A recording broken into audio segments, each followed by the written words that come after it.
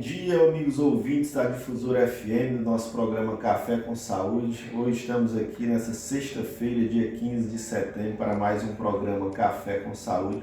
E hoje contamos com a ilustre presença da doutora Melka Giovini, médica gastroenterologista, que vai nos dar o presente, de falar sobre a intolerância ao glúten. Doutora Melka, seja bem-vinda ao nosso programa mais uma vez, fique à vontade. O que significa a intolerância ao glúten? Olá, tudo bem? Bom dia. É um prazer novamente estar aqui falando um pouquinho para vocês sobre esses temas mais comuns na gastroenterologia. Agradecer ao Dr. Márcio pelo convite mais uma vez. Intolerância ao glúten é realmente uma das queixas mais frequentes no consultório de gastro e é semelhante à intolerância à lactose, ou seja, é o paciente justamente comer algo que tenha glúten, que é principalmente o que? Massas, Pão, macarrão, o que for de massa tem glúten. E aí o paciente ingeriu e teve sintomas, pode ser uma intolerância ao glúten. E por que não alergia? Existe muito essa dúvida entre a intolerância e a alergia. A alergia, ela dá mais outros sintomas, são mais do que sintomas de pele, lesões de pele ou sintomas respiratórios. A intolerância, ela tende a dar mais o que? Sintomas gastrointestinais. Por isso, a grande diferença vai inicialmente no que o paciente sente. E aí, alguns exames vão nos ajudar realmente a fazer essa diferença. Realmente é uma dúvida que sempre vem, Se às vezes alergia ou intolerância, Então, assim, a intolerância, ela é mais os efeitos gastrointestinais, E a alergia daria mais sintomas relacionados à pele, as dermatites. Sintomas respiratórios, exatamente. E o que caracteriza em si a intolerância, A senhora falou, então basicamente são os sintomas gástricos, seriam esses? Exatamente, aquele paciente que ingere algo que tenha glúten e tem empachamento, distensão, aquela sensação de cheiura, muitos gases, pode dar diarreia, pode dar prisão de ventre, pode dar enxaqueca. Então, assim, é realmente os sintomas mais voltados para a parte gastrointestinal. Certo. Quando está a intolerância, o paciente entra em contato com o produto, a massa, um pão, algo que contém glúten, naturalmente, na sua fabricação. Existe um tempo específico, comeu hoje, já no mesmo dia vai desenvolver, ou até quanto tempo pode ser no dia seguinte, às vezes existe essa dúvida dos pacientes em relação ao que possa ter comido, que possa ter dado aqueles sintomas. Existe assim estabelecido alguma relação entre ingestão e tempo para os sintomas?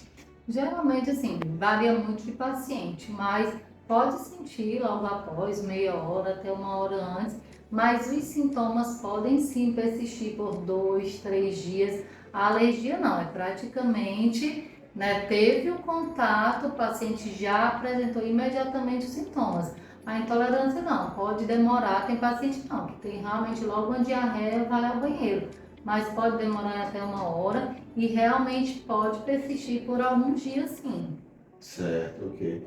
E assim, doutora, que tipo de exames podem ajudar o paciente, o mais comum, para tentar fazer esse diagnóstico da intolerância ou diferenciar realmente de uma outra doença que possa ser?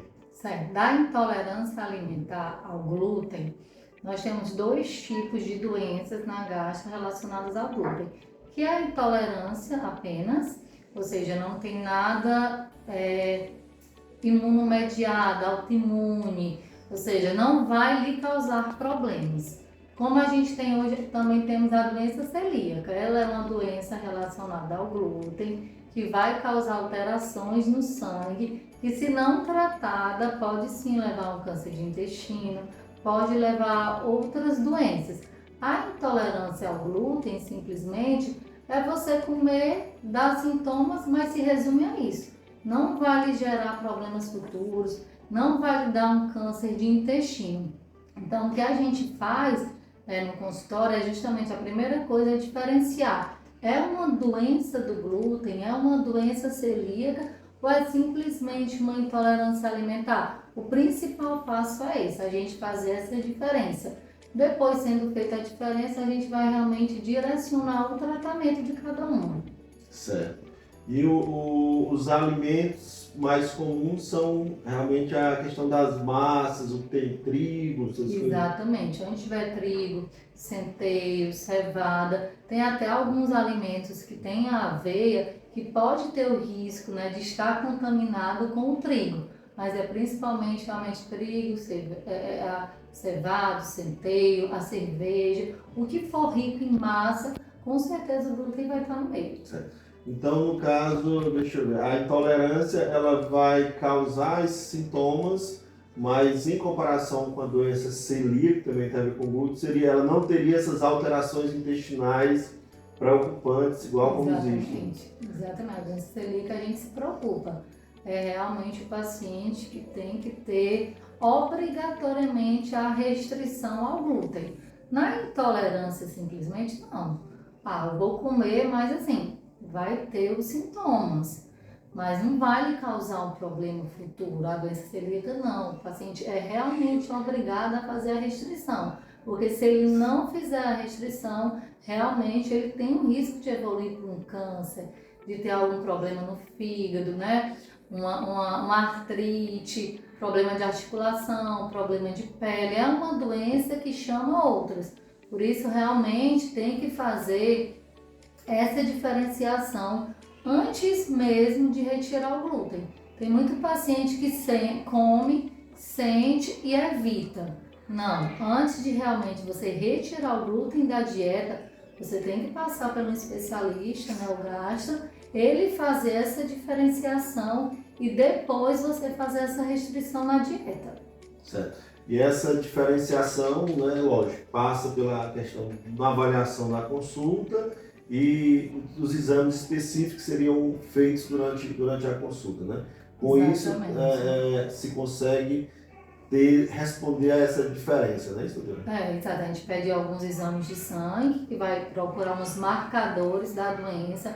Eles vindo positivo, tem que solicitar uma endoscopia digestiva para biopsiar o intestino e confirmar ou excluir a doença. Vindo tudo negativo e o paciente tendo sintomas com o consumo do glúten, ele fica como intolerante, apenas intolerante ao glúten, sem ter a doença celíaca.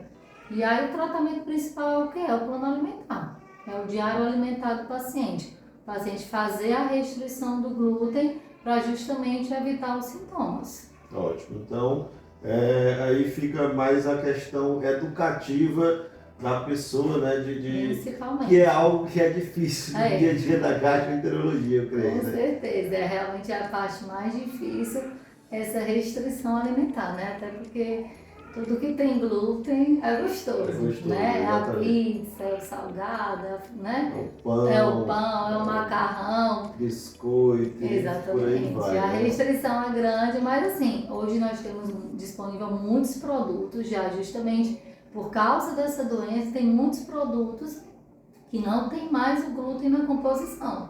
E aí é justamente o paciente sempre checar o rótulo, sempre ver o que tem glúten e o que não tem. Ótimo, excelente.